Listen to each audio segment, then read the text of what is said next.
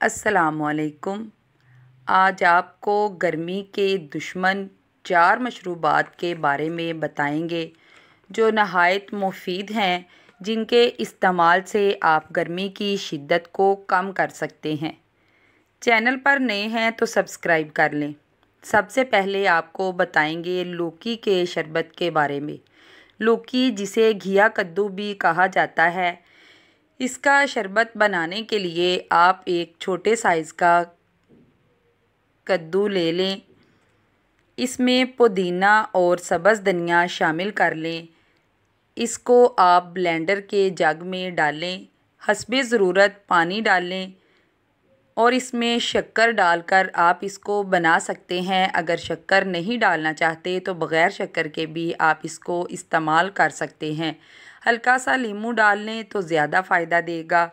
इससे आप देखेंगे कि आपके पित्ते की गर्मी, मैदे की गर्मी, जिगर की गर्मी बिल्कुल ख़त्म हो जाएगी। इसको सुबह, शाम, दोपहर तीनों वक्त इस्तेमाल करें। गर्मी का बेहतरीन इलाज है। दूसरे नंबर पर आपको इमली और आलू बुखारे के शरबत के बारे में सजेस्ट करेंगे। ये ड्रिंक भी बहुत ही फ़ायदेमंद है और गर्मी में इसका इस्तेमाल बहुत ज़्यादा किया जाता है। बहुत से घरों में इसका इस्तेमाल आम है। ये बहुत ही लाजवाब ड्रिंक है गर्मी के लिए। इसको बनाने के लिए आपने हम वज़न इमली और आलू बुखारा ले लेना है। इसको रात भर भिगो कर रख दें। सुबह उठकर इसमें शक्कर मिलाएं। इसको मल कर भी आप हाथों से मलने के बाद भी ये तैयार हो जाता है। अगर ऐसा नहीं करना चाहते तो आप इसको ब्लेंडर में डालकर बना सकते हैं। इसका इस्तेमाल भी आपकी गर्मी की शिद्दत को कम करेगा और इसके और भी बहुत से फ़ायदे हैं। ये आपके मैदे को बहुत ही तंदुरुस्त रखता है और भी बहुत से अंदरूनी मसाइल ये ठीक करता है। ये शरबत पीने से आपके पसीना ज़्यादा आने का मसला भी ठीक हो जाता है। तीसरे नंबर पर हम आपको सत्तू का शरबत बताएंगे। सत्तू गंदम में से जो लेकर बनाया जाता है उसको पीस कर बनाते हैं। बाज़ार से बहुत ही आसानी से बना बनाया भी मिल जाता है। आप बाज़ार से भी इसको ख़रीद सकते हैं। इसको बनाने में कोई दिक्कत का सामना नहीं करना पड़ता। ये पिसे हुए मिल जाते हैं। इसको लें, इसमें शक्कर डालें और एक जग में डालकर इनको हल्का सा हिलाएं तो ये शरबत पीने के लिए तैयार है। इसको भी गर्मी के ख़ात्मे के लिए इस्तेमाल किया जाता है। हमारे कदीम ज़माने से इसका इस्तेमाल चला आ रहा है। आज भी इसका इस्तेमाल बहुत आम है।